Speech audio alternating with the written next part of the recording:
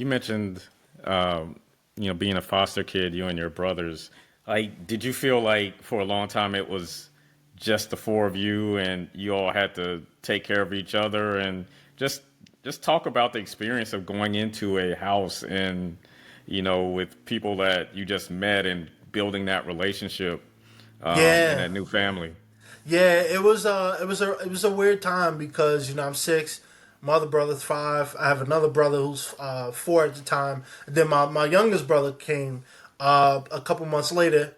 He was born in a hospital. My mom, same mom who took us in, took him in. So it was a weird time, man. I felt like a father figure at such a young age. Even to this day, I think because I've always been protective of him. It was definitely something I knew people were bullying us for it. People made fun of us because we didn't come from Bill Gates. So we weren't walking around with Louis Vuitton and Gucci on. So for me growing up, I felt like the protector of them. And shout out to my family now who kind of took us in and was there for us. But I always felt like I had to take the extra step to be like the father figure. I wasn't just the older brother. I had to help them go to school. I had to help them with the homework. I had to make sure people weren't bullying them.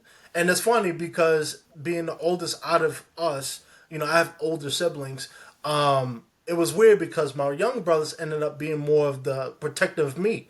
I was the bookworm and they were more like the street smart. So, Hmm. whenever I got in conflict, they would, strong arm people like, don't bother him. I'm not bothering nobody. So it was an interesting dynamic how, as the older brother, I took a leadership role, but then they also took the leadership role too. So we all four of us had to, learn from each other and grow from each other, right? So it's still weird because we're all in our 20s now, and I still feel like a father figure, even though we all grown up and we all did our own thing.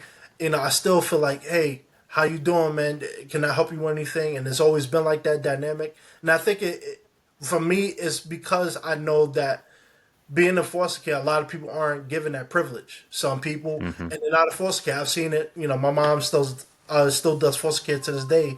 It's you never really know what's going to happen. So for me, I always wanted to make sure that they knew I was there for them, and vice versa.